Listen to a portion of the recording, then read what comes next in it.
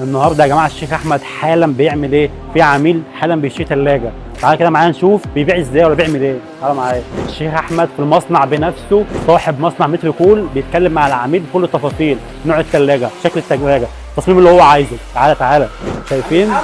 الشيخ احمد دلوقتي بيشرح للعميل تفاصيل الثلاجه، وكمان بيعمل تيست على الثلاجه بتاعتنا دلوقتي. في المتر كول العميل بيشتري الثلاجه ثقه، امان، سعر. هنا العميل بيشتري الثلاجه بتاعته بالشكل اللي هو عايزه، بالتصميم اللي انت عايزه في المصنع بتاعنا. ده مصنعنا هنا المتر كول، فيه كل الاشكال ديزاينات. شايفين التحفه الفنيه، الجمال، الفخامه، الشياكه هنا في المتر كول. النهارده الحاج ايمن منورنا في المتر كول مع الشيخ احمد.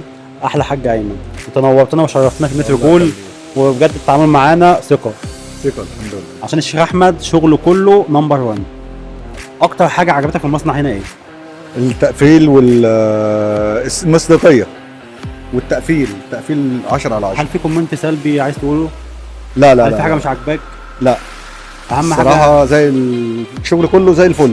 يعني الشيخ احمد بيطلع شغل زي الفل. الحمد لله. انت يا شيخ احمد بتطلع للعملاء كلهم شغل يليق بيهم ويليق بالمصنع بتاعك. يستاهلهم طبعا. احنا عايزين ثقه العميل، مش التارجت بتاعنا. لا، هنكسب العميل ما نكسبش منه، ده تارجتنا. اهم حاجه عندكم المصداقيه. اما بتقول موتور كذا هو موتور كذا، العجل كذا، الخامات اعلى الخامات فعلا هي اللي انتوا بتقولوا عليها، مش كلام نت وخلاص. لا مش نت بس، لا. ده كلام على الحقيقه وفي الواقع في المتر كول.